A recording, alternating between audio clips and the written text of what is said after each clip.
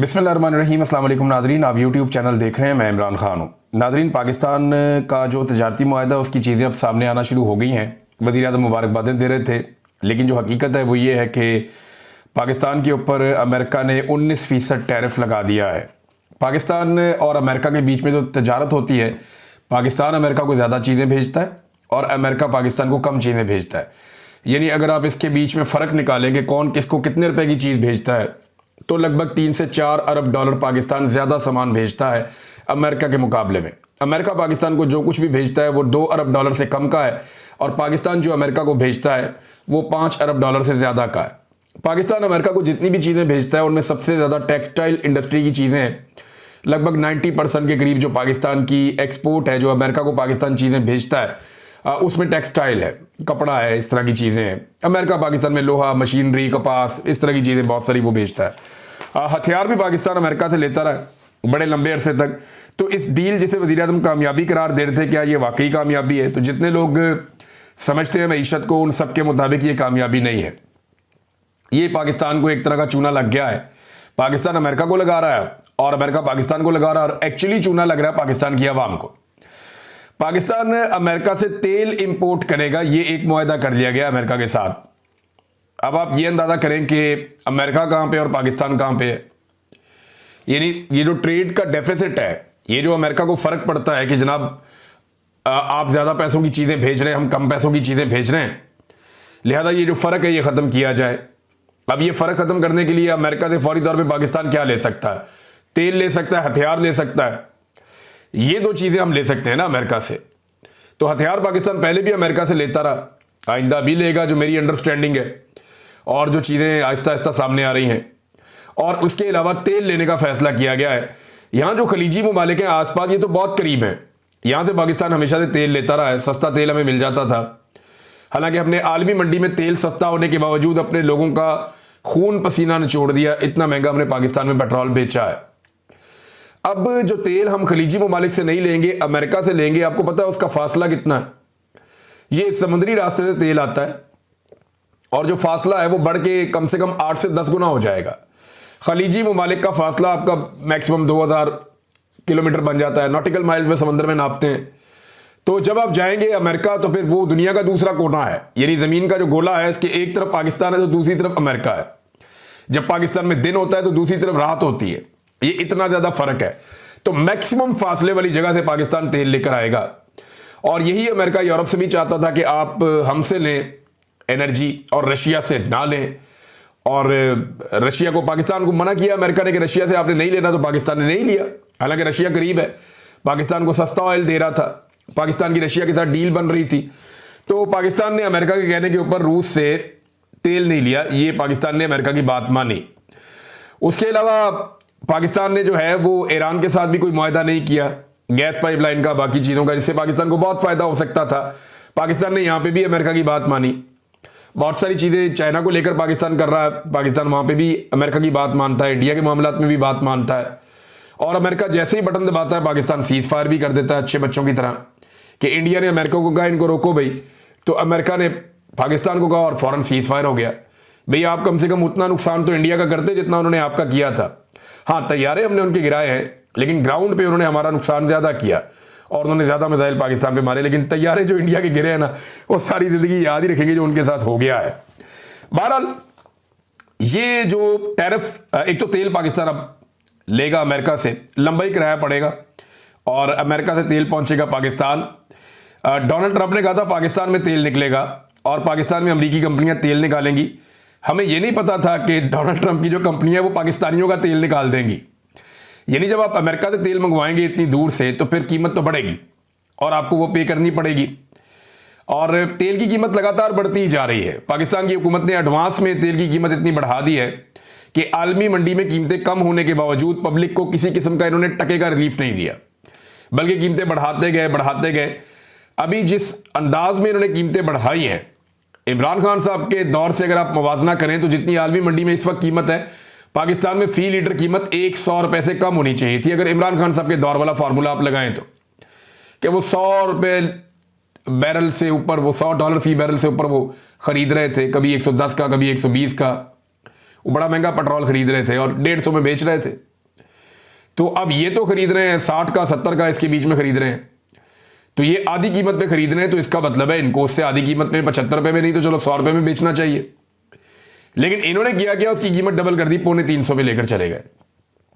Already बहुत महंगा है, बहुत सारी लेवियां लग गई हैं। अब जो अमेरिकन तेल आएगा, अब पता नहीं उसकी खुशबू ज़्यादा अच्छी है, उसके असरात ज़्यादा अच्छे हैं, क्यों पाकिस्तान ये कर रहा है, लेकिन पाकिस्तानी जानते हैं क्यों कर रहा है। पाकिस्तान की एस्टेब्लिशमेंट और हुकूमत कोई भी कुर्बानी दे सकती है इस वक्त अपने गिरते हुए इक़्तिदार को बचाने के लिए, अपने रजीम को ताकत देने के लिए वो कुछ भी कर सकती है, किसी भी हद तक जा सकती है। अमेरिका को राज़ी रखना उनके लिए बहुत ज़रूरी है, क्योंकि तमाम जो इंसानी हकूक़ के इदारे हैं उनके मेन दफातर अमेरिका में है। अक़वाम मुत्तहिदा हो गया अमेरिका में, यूरोपीय यूनियन को वो कंट्रोल करते हैं।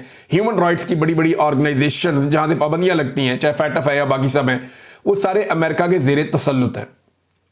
तो अमेरिका को राज़ी रखना पाकिस्तान के लिए बहुत ज़रूरी है। यहाँ खसारे में भी जाए पाकिस्तान या पाकिस्तानी अवाम, तो इससे इन्हें फ़र्क कोई नहीं पड़ता। 19% टैरिफ पाकिस्तान पे आयद कर दिया गया। माजी में ये क्या था, सीनियर सहाफ़ी हैं खालिद जमील साहब ये बताते हैं, अमेरिका ने पाकिस्तानी तजारती अशिया पर 19% टैरिफ आयद कर दिया है। गुज़िश्ता साल ये औसतन 10.7%, और GSP के तहत 3,511 अशिया ऐसी हैं जो पाकिस्तान अमेरिका को भेजता है, जिसपे 0% टैक्स था। ये टैरिफ होता क्या है, पहले ज़रा आप ये समझ लें। जब आप अपनी कोई चीज़ किसी और मुल्क में भेजते हैं, तो उस चीज़ के ऊपर वो मुल्क जो टैक्स वसूल करता है, सादा अल्फाज में उसको टैरिफ कहते हैं। ये टैरिफ दो वजूहात हैं कि कोई हुकूमत या कोई मुल्क इसको क्यों वसूल करता है। नंबर एक, वो ये चाहते हैं कि उनके पास जो टैक्स की आमदन है वो बढ़ जाए। नंबर दो, वो ये चाहते हैं कि उनके अपने मुल्क के अंदर जो चीज़ें बनती हैं लोग उनको ज़्यादा खरीदें। मिसाल के तौर पे अगर पाकिस्तान अपनी गाड़ियाँ बनाता है, तो पाकिस्तान की कोशिश होगी कि बाहर से आने वाली गाड़ियों के ऊपर ज़्यादा टैक्स लगा दें, ज़्यादा टैरिफ लगा दें, ताकि बाहर वाली गाड़ियाँ महंगी हो जाएं और अपनी गाड़ियाँ सस्ती मिलेंगी, तो लोग अपनी गाड़ियाँ मार्केट में खरीदेंगे। यही अमेरिका का फार्मूला है इन चीज़ों को लेकर। तो अब 19% टैरिफ पाकिस्तान पे लगा दिया गया। पहले कुछ चीज़ों पे 10% था और 3511 अशिया पे 0% था। लेकिन पाकिस्तान ने नोबेल इनाम का ऐलान किया, फिर जनरल कुरेला को जो है वो निशान इम्तियाज़ बी मिलिट्री का उससे नवाजा गया। मादनियात का जो है वो बड़ा ये कहा गया कि जनाब सारी मादनियात आपकी हैं, आप रेयर अर्थ मिनरल्स जो आपको बहुत ज़रूरी चाहिए फ्यूचर के लिए, वो आप यहाँ पाकिस्तान से ले सकते हैं। और 0% टैरिफ की पाकिस्तान ने पेशकश भी की, लेकिन अमेरिका ने 8.3% इजाफी टैरिफ पाकिस्तान पे लगा दिया। मगर पाकिस्तान के अंदर जितने भी ताकतवर लोग हैं, चाहे वो एस्टेब्लिशमेंट है, चाहे वो हुकूमत कठपुतली है, ये सारे इस बात के ऊपर जिद करते रहते हैं कि जनाब आप ये कहें कि ये एक तारीखी डील हुई है अमेरिका और पाकिस्तान के बीच में। हालांकि बहुत सारे और मुल्क हैं जहां पे ये डील ऐसे नहीं हुई। मिसाल के तौर पे अफगानिस्तान के साथ अमेरिका ने यही टैरिफ 15% रखा, तुर्की पर भी 15% रखा और मिस्र पर भी 10% रखा। बहुत सारे ऐसे ममालिक हैं, ब्राज़ील, ऑस्ट्रेलिया और बहुत सारे मुल्क हैं, ये बड़ी लंबी एक लिस्ट है जहाँ पे 10%, 15%, 10%, 15%। कुछ खलीजी ममालिक हैं वहाँ पे भी ऐसे ही है। तो ये पाकिस्तान को, इंडिया से तो पाकिस्तान फिर भी बेहतर है, लेकिन डोनाल्ड ट्रंप के खिलाफ कोई बात नहीं कर रहा नरेंद्र मोदी। उसकी पूरी कोशिश है कि कुछ करके वो अमेरिका के साथ एक ऐसी डील करे जहाँ पे इंडिया का टैरिफ भी कम हो जाए, क्योंकि इंडिया बहुत ज़्यादा उसको फ़र्क पड़ेगा अगर अमेरिका में जो इंडियन मसनूआत जाती हैं उनके ऊपर अमेरिका जो भारी टैरिफ है वो लगा ही रखता है, तो इसका फ़ायदा दूसरे ममालिक को हो जाएगा। तो इंडिया कोशिश करेगा अमेरिकन गवर्नमेंट से मिलके कि उनके टैरिफ के ऊपर भी कोई डील हो जाए, और अगर वो डील करने जाएंगे तो देखते हैं उनको क्या मिलता है। भारत पाकिस्तान को तो 19% टैरिफ है उसका एक तोहफा मिला है, जो कि पहले से बहुत ज़्यादा है, और पाकिस्तानी ताजरों को इसका अल्टीमेटली नुकसान है, क्योंकि पाकिस्तानी मसनूआत की कीमतें वहाँ पे बढ़ेंगी तो कंपटीशन बढ़ जाएगा। नाज़रीन, इमरान खान के बेटों ने एक और इंटरव्यू दिया इंटरनेशनल मीडिया को। उस इंटरव्यू में उन्होंने फील्ड मार्शल आसिम मुनीर को एक पैगाम भी दिया है। उन्होंने इस खदशे का इजहार भी किया कि उनके वालिद को खुदा न खास्ता कत्ल किया जा सकता है।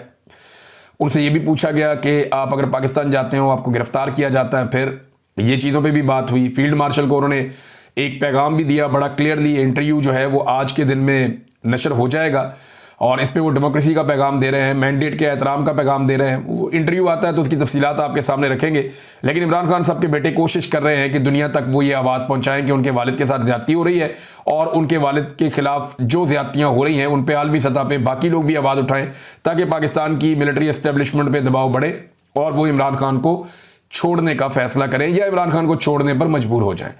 इमरान खान साहब के बेटों ने अपने वीज़े अप्लाई कर दिए हैं पाकिस्तान के लिए, और ये पाकिस्तान की जो एम्बेसी है लंदन में, वहाँ पे उन्होंने वीज़े अप्लाई किए जो फैमिली के ज़राए उनके मुताबिक, और वीज़े अप्लाई हुए अभी चंद दिन हो गए हैं, मगर वजारत दाखिला में ये मामला अटका हुआ है और अभी तक पाकिस्तानी वजारत दाखिला की जानिब से क्लियरेंस नहीं आई, जिस बिना पर अभी तक इमरान खान साहब के बेटों को वीज़े इशू नहीं किए गए।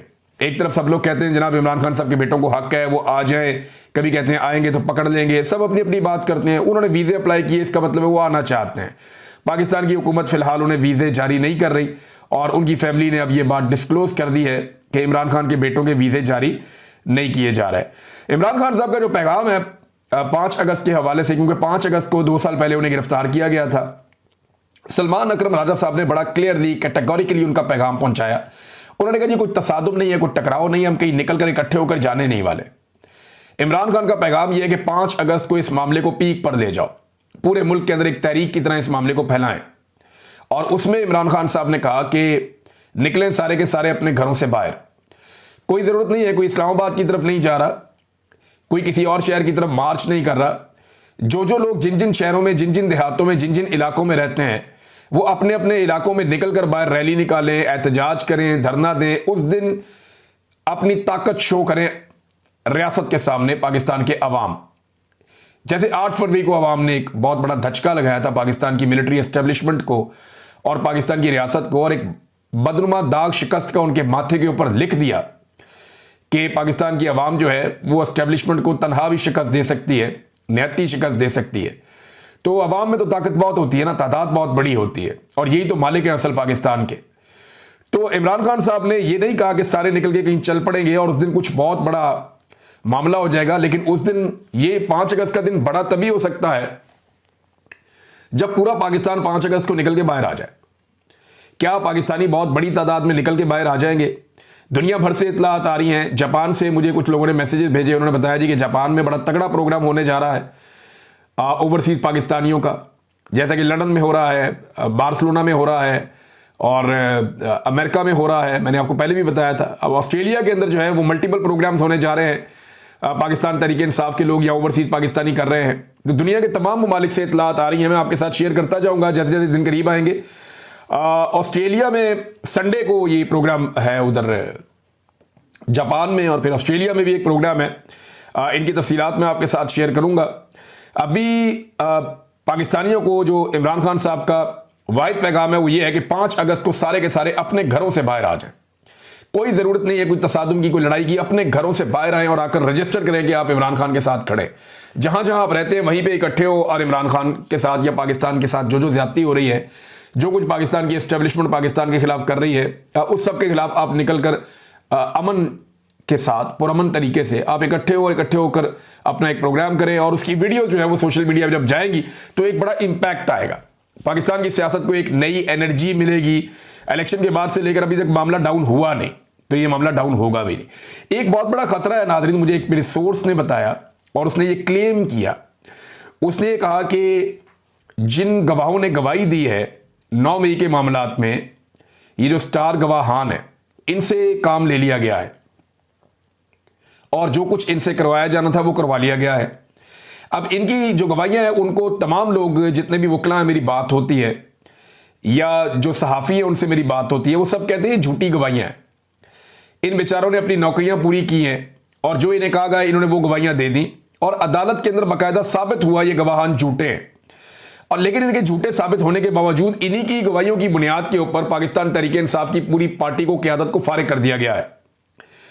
अब इन्हीं गवाहान की बुनियाद के ऊपर मजीद काम भी आगे बढ़ाया जाएगा। मेरे एक सोर्स ने मुझसे रब्ता किया, उसने कहा जी अब इन गवाहों की जान खतरे में है, अगर खुदा न खास्ता इन्हें कुछ हो गया तो ये किस्सा ही खत्म हो जाएगा, लिहाजा इनकी सिक्योरिटी का बंदोबस्त जरूर करना चाहिए और पाकिस्तान तहरीक इंसाफ को ये मुतालबा दोहराना चाहिए, क्योंकि ये गवाह जिंदा रहेंगे और मौजूद रहेंगे तो कल को पाकिस्तान तहरीक इंसाफ के लिए कानूनी तौर पे आसानियां रहेंगी, क्योंकि इनको जब भी जरा की जाएगी, इनसे जब भी बातचीत पूछी जाएगी, तो तभी जब सवालात इनसे होंगे तो इनके जवाबों के अंदर हकीकत सामने आएगी और ये एक्सपोज होगी और इनकी गवाही झूठी साबित होगी। लेकिन उसके लिए इनका जिंदा रहना और दुनिया में रहना बहुत ज़रूरी है। लिहाजा पाकिस्तान तहरीक इंसाफ को भी ये मुतालबा करना चाहिए कि इन गवाहान की सिक्योरिटी का प्रॉपर बंदोबस्त किया जाए। नाज़रीन, एक और इंपॉर्टेंट खबर है और वो है कि सरगोदा का एक बड़ा गरीब कारकुन है मोहम्मद इस्माइल, ये ऑलरेडी गिरफ्तार है। पता नहीं इस पे क्या रियासत को गुस्सा है। हालांकि इसी तरह के मुकदमात में पहले इसको बाइज्जत बरी कर दिया गया था, लेकिन इसको उम्र कैद की सजा सुना दी गई है बाकी तमाम लोगों के साथ साथ। यानी जो मैं पढ़ रहा था सजाएं, उसमें इस बेचारे को उम्र कैद की सजा सुना दी। गरीब कारकुन है मोहम्मद इस्माइल, कोई इतना वो नहीं है बेचारा, लेकिन पता नहीं क्या गुस्सा है रियासत को या किसी शख्स को या किसी शख्सियत को इसके ऊपर कि इसको जनाब सुना दी गई उम्र कैद की सजा। और ये तो नादरीन आ गया जो इमरान खान साहब ने एहतजाज का ऐलान किया है, उसके हवाले से तैयारियां हो रही हैं। अब चंद दिन बाकी हैं, देखते हैं कि 5 तारीख तक मोमेंटम कहां पहुंचता है। नादरीन, अल्लामा राजा नासिर अब्बास साहब ने बड़ी सख्त बातें की हैं, लेकिन जो एलामिया जारी हुआ ऑल पार्टीज कॉन्फ्रेंस में से वो बहुत इंपॉर्टेंट है। एलामिया 2 रोज़ा एक कॉन्फ्रेंस हुई थी, ऑल पार्टीज कॉन्फ्रेंस। हुकूमत ने बड़े रोड़े अटकाए, लेकिन इसके बावजूद वो कॉन्फ्रेंस हो गई, कामयाब हो गई। और उसमें से जो एलामिया है उसकी अहम नुकात मैं आपको पढ़ के सुना देता हूं। तहरीक तहफ़्फ़ुज़ आईन पाकिस्तान की 2 रोज़ा ऑल पार्टीज कॉन्फ्रेंस इख्तिताम पजीर हो गई। मुश्तरका एलामिया जारी किया गया। महमूद खान अचकज़ई की मेज़बानी में कॉन्फ्रेंस इस्लामाबाद में वाइस चेयरमैन जो है वो मुस्तफ़ा नवाज़ की रहायशगाह पर मुनक्कद हुई। एलामिया जो जारी हुआ वो ये है, इस्लामाबाद इंतज़ामिया की जानिब से कॉन्फ्रेंस की बुकिंग कैंसिल करने की भरपूर मजम्मत की गई। हुकूमत का ये इकदाम शहरियों के आइनी और कानूनी हुकूक पर हमला है। कॉन्फ्रेंस में मुल्क की आइनी, सियासी और माशी सूरत-ए-हाल पर गहरी तशवीश का इजहार किया गया। किसान बदहाल है, तनख्वाहदार तबका टैक्सों के बोझ तले दब चुका है, कारोबारी तबका अपना सरमाया बैरून मुल्क मुंतकिल करने पर मजबूर है। मुल्क में गुर्बत की शरह 45% तक पहुंच चुकी है। मतवसत तबके की कुव्वत खरीद में 58% कमी वाक़ हुई है। बेरोजगारी की शरह 22% हो चुकी है। नौजवानों में 30% से ज़ायद है। पाकिस्तान की तारीख में इतनी संगीन सूरत-ए-हाल पहले कभी नहीं देखी गई थी। उसके अलावा बुशरा बीबी इमरान खान साहब के खिलाफ जो कुछ किया जा रहा है रियासत की जानिब से, उसकी भी मजम्मत की गई है। और ये जिस तरीके से सजाएं दी गई, इसको स्याह दिन करार दिया गया है पाकिस्तान तहरीक इंसाफ की क़यादत को। तो एक बड़ा तफसीली एलामिया है जो जारी किया गया है। अल्लामा राजा नासिर अब्बास साहब ने जो इसमें नुकात उठाए, उन्होंने कहा पाकिस्तान का आइन मुअत्तल है और रियासत के तमाम सतून ढह चुके हैं। ये पार्लियामेंट बैठने के काबिल नहीं रही। पीका एक्ट कौन लाया, सियासतदानों को अगवा कौन करके अपनी आइनी तरमीम कराता है, मादनी ज़खायर का मालिक कौन है, गिलगित बल्तिस्तान को मकबूजा कश्मीर बनाया हुआ है, 80,000 सिविलियन मुल्क के अंदर जंग में किसने मरवाए हैं, इमरान खान 2 साल से जेल में है। ये बड़े सख्त अल्फाज इस्तेमाल किए अल्लामा राजा नासिर अब्बास साहब ने। और एक और इशू भी है जिसको आजकल ये हाईलाइट कर रहे हैं, स्पेशली जो ज़ायरीन ने जाना था ईरान में, वो कहते हैं जी अरबों रुपए लोगों ने खर्च कर दिए, अब उन्हें जाने से रोक रहे हैं। तो ये काफ़िला लेकर जाने की बात भी कर रहे हैं कि कराची जाएंगे, वहाँ से ज़ायरीन का एक बड़ा काफ़िला लेकर ये निकलेंगे ईरान के लिए। अब ये गवर्नमेंट के लिए एक नया चैलेंज खड़ा हो गया है। उमर अयूब साहब ने बड़े सख्त अल्फाज इस्तेमाल किए हैं। ये अल्फाज मैं आपको सुनाता हूँ जो उमर अयूब साहब ने, जिस जज ने सज़ा दी है उसके बारे में उन्होंने क्या कहा, ये सुनिए जी। जज को कहता हूं कि शर्म आनी चाहिए तुम्हें कि तुम जिस तरह के तुमने ये फैसला सुनाया है, जिस दिन तुम मरोगे और तुम्हारी मैयत को कब्र में उतार रहे होंगे, उस दिन से तुम्हें खौफ, तुम्हें बेशर्म आदमी, उसका खानदान भी उसका चेहरा देखे, उसका मकरूर चेहरा देखे और कहे शर्म आनी चाहिए कि हमारा खानदान में ऐसा जज है कोई। तो बड़े सख्त अल्फाज बोले उमर अयूब साहब ने। बाकी लोग भी अब गुस्सा कर रहे हैं और पाकिस्तान में सभी जानते हैं कि ये कौन कर रहा है, केसेस कौन चला रहा है। जज बेचारे जो है उनको तो मिल जाता फैसला, वो कर देते हैं। हालात अदलिया के बड़े पतले हैं। अब नाजरीन, जो ऑपरेशन चल रहा है बाजोड़ में, उसके खिलाफ लोग मुतहर्रिक हैं, बहुत ज़्यादा मुतहर्रिक हैं। बाजोड़ में लोगों ने अपने घरों की छतों के ऊपर सफ़ेद झंडे लगा दिए हैं और वो ये उम्मीद कर रहे हैं कि उनके ऊपर दोबारा अटैक ना किया जाए। मगर 4 दिन के लिए बाजोड़ में और मुख्तलिफ वज़ीरिस्तान के इलाकों में कर्फ्यू नाफिज कर दिया गया है। और ये सूबाई हुकूमत ने पहले कहा था कि कर्फ्यू नहीं लगाएंगे, हम लोगों को तंग और परेशान नहीं करेंगे, लेकिन इसके बावजूद वहाँ पे कर्फ्यू लगाया जा रहा है। अली अमीन गंडापुर साहब पे सख्त दबाव है, स्पेशली जो उन्होंने स्टेटमेंट दिया उसके बाद उन पर बहुत दबाव बढ़ाया गया है और उन पर दबाव है कि वो अपना बयान वापस लें। उन्होंने एक नया बयान तो जारी किया है, लेकिन जो बयान अली अमीन गंडापुर ने दिया कि बंदे पुलिस गिरफ्तार करती है दहशतगर्द और एजेंसियाँ छुड़ा कर ले जाती हैं, इस बयान पे अली अमीन गंडापुर साहब की अभी तक, और ये बयान पहली मरतबा नहीं है, ख्वाजा आसिफ ने भी दिया था, नवाज शरीफ साहब ने भी दिया था, पीपल्स पार्टी भी ये बात कहती रही है, एएनपी भी ये बात कहती रही। और एएनपी से मुझे याद आया कि आजकल एएनपी जो है वो बहुत एंटी ऑपरेशन बनी हुई है, और वो ये कहते हैं हम तो हमेशा से ऑपरेशन के खिलाफ थे, क्योंकि इस वक्त पूरा खैबर पख्तूनख्वा ऑपरेशन के खिलाफ है। पूरा खैबर पख्तूनख्वा ये कहता है कि ऑपरेशन हम नहीं होने देंगे, और ऑपरेशन से जो नुकसानात होते हैं उनका अजाला कभी नहीं होता। 20-21 ऑपरेशन हो गए, हमें कुछ नहीं मिला, बल्कि हम तबाह हो गए, और दोनों फ्रीकैन फिर भी मौजूद हैं, यानी फौज भी वहां मौजूद है, और उनके वसाइल और उनके इलाके और उनके जो कंटोनमेंट्स है वो भी बड़े हो जाते हैं। तालिबान भी मौजूद हैं, उनकी ताकत भी बढ़ जाती है, वो पहले से ज़्यादा बाअसर हो जाते हैं, और जो पिस जाता है वो मकामी आबादी और वो तबका है, आम आदमी है, जिसके वसाइल छिन जाते हैं। अब इस पे माजी में ये जो एक दावा किया गया एमएल वली खान साहब की जानिब से कि ये लोग बहुत एंटी ऑपरेशंस हैं, इस पे मैं ज़रा ये एक तकरीर जो है वो सुनाता हूँ आपको। असवंद यार वली साहब जो वालिद हैं अहमद वली खान के, वो ऑपरेशंस के बारे में कुछ अर्सा पहले जब ऑपरेशंस हो रहे थे तो वो क्या कहते थे, ज़रा ये आप सुनिए। मैं चलते चलते ये भी कह दूं कि जो मिलिट्री ऑपरेशन स्वात में हुआ, जो मिलिट्री ऑपरेशन बुनेर में हुआ, जो मिलिट्री ऑपरेशन साउथ वजीरिस्तान में हो रहा, और जो मिलिट्री ऑपरेशन अरज़ई में हो रहा, इन सब की एएनपी खुल्लम खुल्ला हिमायत करती है। ये नाज़रीन वो वक्त है जब एएनपी खैबर पख्तूनख्वा में ऑपरेशन करवाया करती थी, उसकी हमायत किया करती थी, लेकिन अभी एएनपी को भी इस बात की समझ आ गई है कि ऑपरेशन से खैबर पख्तूनख्वा के अवाम को कुछ नहीं मिला, और अवाम शदीद नाराज़ हैं इन ऑपरेशन को लेकर। सवात के इलाके ख्वाजा खेला में भी ऑपरेशन के खिलाफ अमन के लिए लोगों ने मुजाहरा किया है, और वो तालिबान से भी जान छुड़ाना चाहते हैं, दहशतगर्दों से भी, और वो ये भी नहीं चाहते कि एक नया मिलिट्री ऑपरेशन उनके ऊपर मुसल्लत हो जाए। अब ये बड़ी अजीब और गंभीर सूरत हाल है, बड़ी कन्फ्यूजन वाली सूरत हाल है कि ऑपरेशन के बगैर दहशतगर्दी कैसे ख़त्म होगी।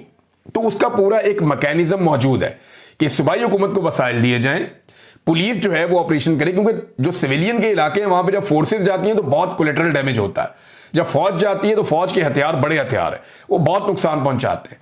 पुलिस जो है वो अपने तरीके से काम करती है, और पब्लिक की डीलिंग में वो बहुत बेहतर है, उनका पूरा मुखबरी का एक सिस्टम होता है, और पुलिस का काम करने का तरीका बहुत बेहतर होता है। मैंने बात करके देखा पुलिस वालों से, उन्होंने कहा जी बहुत सारे काम हम बड़े आराम से कर देते हैं, लेकिन जब फौज आ जाती है तो उससे बहुत तबाही भी हो जाती है और वो काम भी नहीं होता।